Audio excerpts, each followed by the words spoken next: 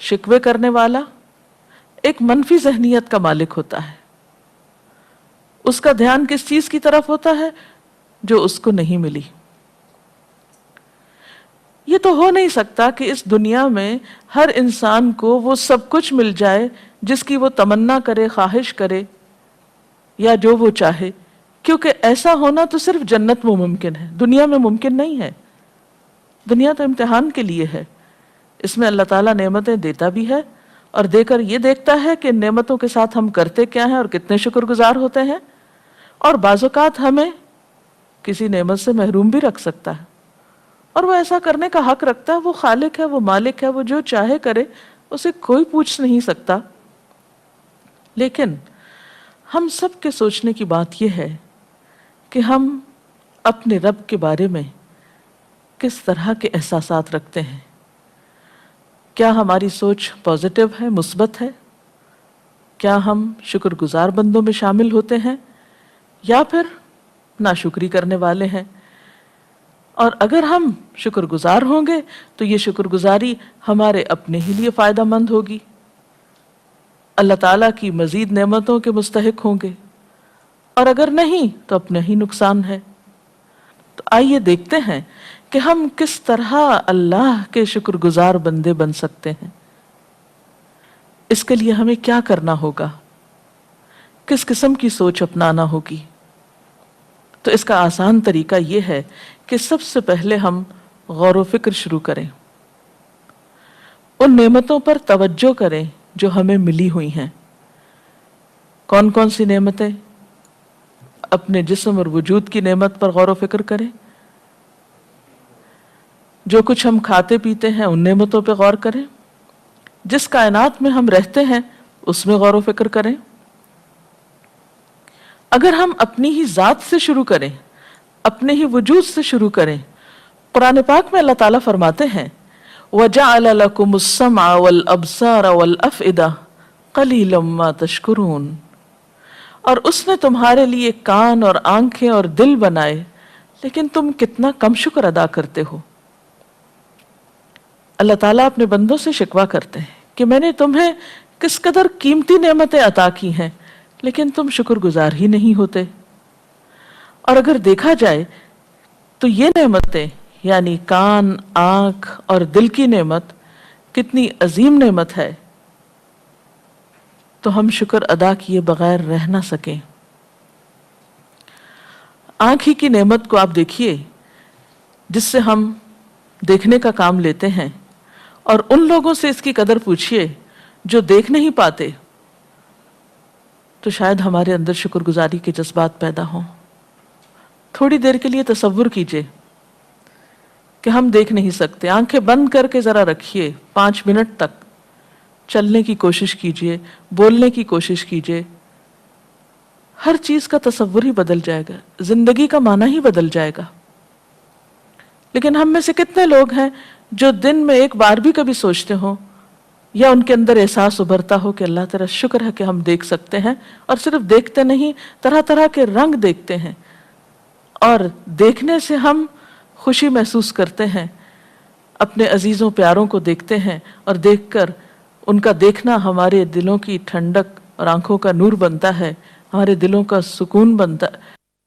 ان نگاہوں سے جب ہم اپنی پسند کی چیزیں دیکھتے ہیں تو وہ ہمارے لیے کس قدر خوشی کا سبب ہوتا ہے. والدین جب اپنے بچوں کو دیکھتے ہیں، اپنے رشتہ داروں کو دیکھتے ہیں آپ، تو آپ کے احساسات اور جذبات کیا ہوتے ہیں. لیکن ہم ان ساری خوشیوں کو پا کر خوشی دینے والے، آنکھیں دینے والے کا کتنا شکر ادا کرتے ہیں. کہا جاتا ہے کہ اوناسس جو ایک یونانی تاجر تھا، ایک جہاز ران کمپنی کا مالک تھا، دنیا کا امیر ترین انسان تھا، اس کو ایک عجیب و غریب بیماری ہو گئی کہ اس کے آنکھوں کے پپوٹوں کے اعصاب جواب دے گئے. تو ڈاکٹرز پپوٹے صبح کو اٹھا کر سولوشن ٹیپ لگا دیتے تھے اس کے پپوٹوں پر، جس سے وہ سارا دن دیکھتا رہتا تھا، اور رات کو جب وہ سونا چاہتا تھا تو وہ ٹیپ ہٹا دی جاتی تھی اور پپوٹے خود بخود گر پڑتے تھے. یعنی وہ اپنی مرضی سے آنکھیں کھول اور بند نہیں کر سکتا تھا. ایک مرتبہ جب اس سے پوچھا گیا کہ تم اپنی زندگی کی سب سے بڑی خواہش بتاؤ، تو اس نے کہا کاش میں ایک دفعہ اپنی مرضی سے اپنی آنکھیں کھول سکوں۔ کسی نے اس سے پوچھا کہ اس کے لیے تم کیا دو گے اگر تمہیں یہ نعمت مل جائے؟ تو اس نے کہا اپنی پوری دولت دے ڈالوں گا۔ دنیا کا امیر ترین انسان یہ کہہ رہا ہے کہ پوری دولت دے دوں گا اگر مجھے ایک دفعہ یہ موقع مل جائے کہ میں اپنی مرضی سے اپنی آنکھ کھول سکوں اور بند کر سکوں۔ ہم دن میں ان گنت مرتبہ اپنی آنکھوں کو جھپکتے ہیں اور کبھی زندگی میں ایک بار بھی نہیں سوچتے کہ یہ بھی کوئی نعمت ہے۔ اسی طرح ہم دیگر اپنے اعضاء کی طرف غور و فکر کریں، اپنے دل کو دیکھیں تو ایک آٹومیٹک مشین ہے۔ اس کو کام کرنے کے لیے، پمپ کرنے کے لیے ہمیں کسی بیرونی سہارے کی ضرورت نہیں، وہ خود کام کرتا ہے۔ جب سے انسان پیدا ہوتا ہے وہ کام کرنے لگتا ہے جب تک کہ اس دنیا سے رخصت نہیں ہو جاتا۔ ایک دن میں 3680 مرتبہ دھڑکتا ہے، اور اس سارے دھڑکنے میں وہ خود ہی کام کرتا ہے۔ کبھی سوچا ہم نے کہ اس کو یہ صلاحیت اور طاقت کس نے عطا کی ہے؟ اسی طرح بولنے کی قوت، سننے کی قوت۔ بولنے کے لیے صرف زبان ہی کی قوت استعمال نہیں ہوتی بلکہ ہمارے ہونٹ بھی استعمال ہوتے ہیں۔ کہا جاتا ہے کہ تقریباً 30% الفاظ ہم ہونٹوں کی مدد سے ادا کرتے ہیں۔ اگر ہمارے ہونٹ کام نہیں کریں یا ہمارے ہونٹ نہ ہو تو محض زبان کے بلبوتے پہ ہم نہیں بول سکتے۔ اسی طرح سانس لینے کی قوت، ہمارے پھیپھڑے بھی خود کار ہیں، یعنی آٹومیٹک ہیں، خود بخود کام کرتے ہیں۔ اگر آپ کو اپنے پھیپھڑوں کو خود پمپ کرنا پڑتا سانس لینے کے لیے تو شاید آپ کے اگر ہاتھوں سے مثلاً یہ کام لینا ہوتا تو ہاتھ تھک جاتے، اور ہم سوتے کیسے؟ سو ہی نہ سکتے۔ ہم سو رہے ہوتے ہیں، ہمارا دل کام کر رہا ہے، ہمارے پھیپھڑے کام کر رہے ہیں، ہمارے جسم میں خون رواں دواں ہے۔ یہ سب کچھ ہمیں کس نے عطا کیا ہے؟ یہ سب کچھ خود نہیں بنا، یہ اللہ تعالیٰ کے دینے سے ہم کو ملا ہے۔ سونگھنے کی قوت، انسانی ناک تقریباً 3000 خوشبوئیں سونگھ سکتا ہے، اور پھر آپ دیکھیں ہم کس طرح ان میں تمیز بھی کر سکتے ہیں۔ یہ سب کچھ ہمیں کس نے دیا؟ کون ہے وہ جس نے ہمیں عطا کیا؟ سننے کی قوت کو دیکھیں تو ایک وقت میں 1.25 آوازیں سن سکتے ہیں ہم، اور پھر آپ دیکھیں ہم صرف سنتے نہیں، ہمیں سن کر پہچان ہو جاتی ہے۔ مثلاً کسی انسان کے قدموں کی چاپ سے ہم پہچان جاتے ہیں کہ کون گھر میں آیا ہے، گھر والوں میں سے کوئی ہے یا کوئی اجنبی آیا ہے۔ اسی طرح ہوا کے چلنے کی سرسراہٹ تک کو ہم پہچان لیتے ہیں۔ یہ سب پہچان، یعنی صرف سننے کی طاقت نہیں، سن کر پھر آوازوں کے پہچاننے کی طاقت جو ہے، یہ سب کچھ بھی اللہ تعالیٰ کی دین ہے۔ اسی طرح ہمارے ہاتھوں کی موومنٹ، اس میں پکڑنے کی قوت، لکھنے کی قوت، اور مختلف کام جو ہم ہاتھوں سے لیتے ہیں جن کا کوئی شمار ہی نہیں، یہ سب کچھ ہمیں کس نے عطا کیا ہے؟ اسی رب کریم نے۔ اگر اس میں سے ایک نعمت بھی کم ہو جائے تو ہماری زندگی دوبر ہو جائے۔ اسی طرح ہمیں سونے کی جو نیند کی نعمت اللہ تعالیٰ نے عطا کی ہے کہ ہم دن بھر کام کر کے تھک جاتے ہیں، پھر اللہ تعالیٰ ہمیں سلا دیتا ہے۔ پھر اسی طرح جو کچھ ہم کھاتے ہیں، بچہ ابھی پیدا نہیں ہوتا تو اللہ تعالیٰ اس کے دودھ کا انتظام کر دیتے ہیں۔ پھر اسی طرح جو انسان بڑا ہوتا چلا جاتا ہے، اور نہ صرف یہ کہ انسان بلکہ بے شمار اس کائنات کے اندر دیگر مخلوق ہے جو اللہ تعالیٰ نے انسان ہی کی خاطر پیدا کی ہے، جو مختلف فنکشنز یا مختلف کام وہ کرتے ہیں۔ یہ سب کچھ کائنات کے اندر جو کچھ بھی ہے یہ اللہ تعالیٰ نے ہمارے لیے بنایا ہے، جیسا کہ ایک آیت میں آتا ہے خلق لکم ما فی الارض جمیعا، زمین میں جو کچھ ہے وہ سارے کا سارا تمہارے لیے پیدا کیا گیا ہے۔ لیکن ان نعمتوں کو پا کر ہم کیا کر رہے ہیں؟ ہم سب کو سوچنے کی ضرورت ہے۔ اللہ تعالیٰ قرآن پاک میں سورۃ یاسین میں فرماتے ہیں وَآیَةٌ لَهُمُ الْأَرْضُ الْمَيْتَةُ أَحْيَيْنَاهَا وَأَخْرَجْنَا مِنْهَا حَبًّا فَمِنْهُ يَأْكُلُونَ وَجَعَلْنَا فِيهَا جَنَّاتٍ مِّن نَخِيلٍ وَأَعْنَابٍ وَفَجَّرْنَا فِيهَا مِنَ الْعُيُونِ لِيَأْكُلُوا مِن ثَمَرِهِ وَمَا عَمِلَتْهُ أَيْدِيهِمْ أَفَلَا يَشْكُرُونَ۔ ان لوگوں کے لیے بے جان زمین میں ایک نشانی ہے، ہم نے اس کو زندگی بخشی، اس سے غلہ نکالا جسے یہ کھاتے ہیں، ہم نے اس میں کھجوروں اور انگوروں کے باغ پیدا کیے اور اس کے اندر سے چشمے پھوڑ نکالے تاکہ یہ اس کے پھل کھائیں، یہ سب کچھ ان کے اپنے ہاتھوں کا پیدا کیا ہوا نہیں ہے، پھر کیا یہ شکر ادا نہیں کرتے؟ یعنی اللہ تعالیٰ نے یہ ساری نعمتیں ہمارے لیے بنائی ہیں، ہمیں دعوت دی ہے کہ ہم ان کو استعمال کریں، اور استعمال کرنے کے بعد ہم سے کسی قسم کی کوئی پیمنٹ نہیں مانگی، کوئی کرایہ طلب نہیں کیا، صرف کس چیز کا مطالبہ کیا ہے کہ ان کو استعمال کر کے شکر ادا کیا جائے، کیونکہ شکر ایک ایسا جذبہ ہے جو خالق اور مخلوق کے درمیان ایک خوبصورت تعلق کو جنم دیتا ہے۔ شکر گزاری اگر نہ ہو اور انسان نعمتوں کے استعمال کو بغیر کسی احساس کے ساتھ کرتا چلا جائے تو ایسا انسان پھر انسان کہلانے کا مستحق نہیں، اس لیے کہ انسان کو اللہ نے عقل اور شعور دی بھی اس لیے ہے کہ وہ ان چیزوں کو استعمال کرے اور پھر دینے والے کو پہچانے، اس کے آگے جھکے۔ پھر آپ دیکھیے کہ شکر جو ہے وہ صرف دل میں نہیں ہوتا، اگرچہ وہ اٹھتا دل سے ہے، لیکن جو چیز دل سے اٹھتی ہے پھر وہ زبان پر آ ہی جاتی ہے، اور اس کے لیے پھر انسان اپنے رب کا ذکر کرتا ہے۔ تو شکر کا عملی طریقہ کیا ہے کہ دل کے احساسات کو زبان پر لایا جائے، اپنے رب کا ذکر کیا جائے، اور ذکر میں بھی نہ صرف یہ کہ رٹے رٹائے کچھ جملے ہوں یا کچھ وظیفے ہوں، بلکہ ذکر کرتے وقت بھی انسان کا دل زبان کا ساتھ دے رہا ہو۔ اور ذکر کا ایک انداز یہ بھی ہے کہ انسان انسانوں کے ساتھ بیٹھ کر اپنے رب کی بات کرے، اپنے رب کو یاد کرے اور اس کا شکر ادا کرے، اللہ کا نام لیتے ہوئے شرمائے نہیں، اس کا ذکر کرتے ہوئے برا نہیں منائے، کیونکہ بسا اوقات ایسا بھی ہوتا ہے کہ کچھ لوگوں کے سامنے جب اللہ کی بات کی جاتی ہے تو اس میں دلچسپی نہیں لیتے۔ نہیں، اللہ سے بڑھ کر اور کون ہو سکتا ہے کہ جس کا ذکر انسان کے دل کے لیے سکون کا باعث ہو۔ الا بذکر اللہ تطمئن القلوب، اور اللہ تعالیٰ خود بھی فرماتے ہیں فاذکرونی اذکرکم واشکروا لی ولا تکفرون، تم مجھے یاد کرو میں تمہیں یاد کروں گا، اور میرا شکر ادا کرتے رہو اور میری ناشکری نہ کرو۔ یہاں ایک بات یہ بھی یاد رہے کہ اللہ تعالیٰ کے شکر کے ساتھ ساتھ اللہ تعالیٰ ہی کے حکم کے مطابق ہمیں انسانوں کا شکر گزار ہونے کا بھی حکم دیا گیا ہے۔ قرآن پاک میں اللہ تعالیٰ سب سے پہلے انسانوں میں سے والدین کے لیے شکر گزار ہونے کی تعلیم دیتے ہیں، یعنی انسانوں میں سے سب سے بڑا حق والدین کا حق ہے۔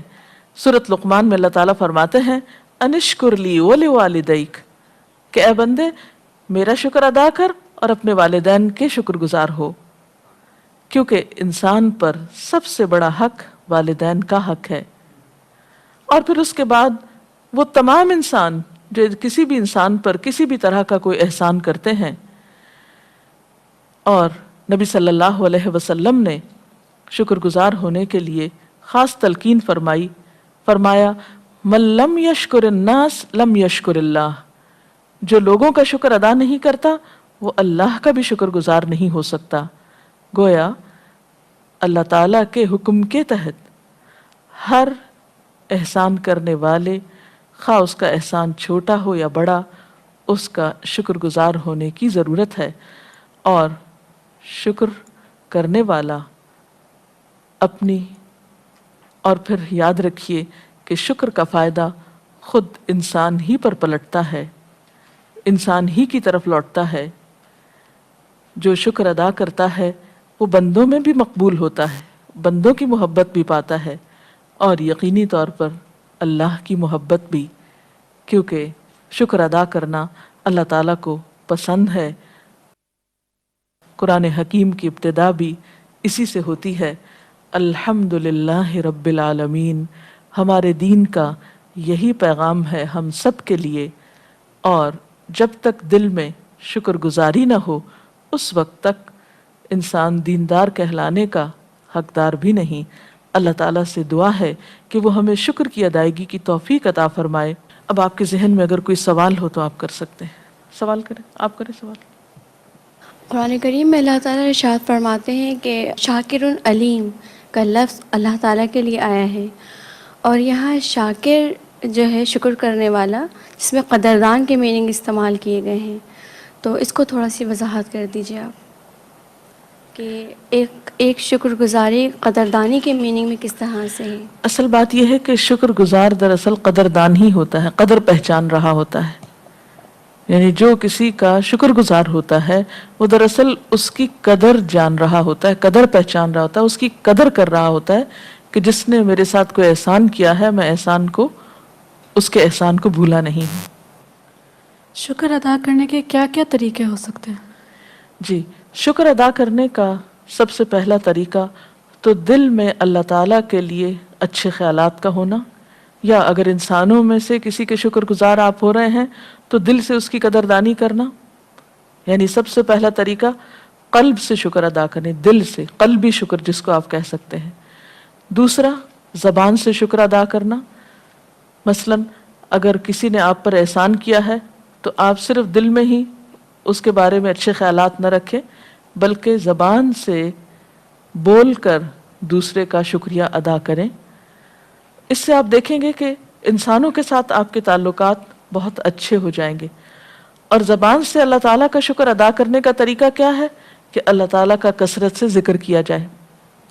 اور تیسرا طریقہ جوارح سے، یعنی انسان اپنے عمل سے جواباً کچھ کام کرے، مثلا اللہ تعالیٰ کی عبادت کرے۔ اور بندوں کا شکر کس طرح کہ عملاً ان کے لیے کچھ کرے، مثلا جب وہ آپ کی مدد کے محتاج ہوں، جیسے والدین کا شکر گزار ہونے کے لیے کہا گیا، تو اس کے لیے صرف اتنا کافی نہیں کہ ہم دل میں اپنے والدین کو اچھا سمجھیں یا زبان سے ان کی تعریف کریں، نہیں، یہ بھی ضروری ہے کہ جب والدین کو ہماری ضرورت ہو خدمت کی تو ہم خدمت کے لیے حاضر بھی ہوں۔ گویا جب تک محسن کی اطاعت نہیں ہوتی اس وقت تک صحیح معنوں میں شکر کی ادائیگی نہیں ہوتی۔ جس طرح آپ نے بتایا کہ اللہ تعالیٰ کے ساتھ شکر ادا کرنا ہے تو بندوں کے ساتھ بھی شکر ادا کرنا ہے، تو بندوں کے ساتھ ہم کس طرح شکر ادا کر سکتے ہیں؟ بندوں کے شکریہ میں بھی یہی طریقہ ہوگا، دل میں اس کے لیے اچھے جذبات رکھنا اس شخص کے لیے، اسی طرح زبان سے بول کر یا لکھ کر کسی خاص موقع پر کسی خاص احسان کا شکریہ ادا کرنا۔ زبانی جو ہم تھینکس کے یا شکریہ کے الفاظ اپنی گفتگو میں استعمال کرتے ہیں، یہ انسانی تعلقات کو بہت خوبصورت بناتے ہیں۔ چھوٹی چھوٹی بات پر، چھوٹے چھوٹے احسان پر، ضروری نہیں کہ کسی نے کوئی بہت بڑا احسان کیا تو اس وقت شکریہ ادا کیا جائے، کسی کی چھوٹی چھوٹی نیکی جو ہے ہمارے ساتھ، وہ سب بھی اس قابل ہے کہ اس پر شکریہ بولا جائے۔ اور تیسری چیز یہ ہے کہ جب وہ انسان ہماری مدد کا محتاج ہو تو ہم عملی طور پر اس کے کام آئیں اور اس کے لیے ہمیشہ خیر خواہ رہیں، اس کے ساتھ برا نہ کریں، کیونکہ محسن کے ساتھ برائی کرنے والا ناشکرا ہوتا ہے، اور ناشکرا انسان اللہ اور بندوں دونوں کا ناپسندیدہ ہوتا ہے۔ قرآن پاک میں یہ دعا سکھائی گئی ہے، رب اوزعنی ان اشکر نعمتک التی انعمت علی وعلی والدی وان اعمل صالحا ترضاہ وادخلنی برحمتک فی عبادک الصالحین۔ اے اللہ، مجھے توفیق دے کہ میں تیری ان نعمتوں کا شکر ادا کروں جو تو نے مجھے اور میرے والدین کو عطا فرمائیں، اور ایسا نیک عمل کروں جس سے تو راضی ہو جائے، اور مجھے اپنی رحمت کے ساتھ اپنے نیک بندوں میں شامل کر لے۔ وآخر دعوانا ان الحمد للہ رب العالمین۔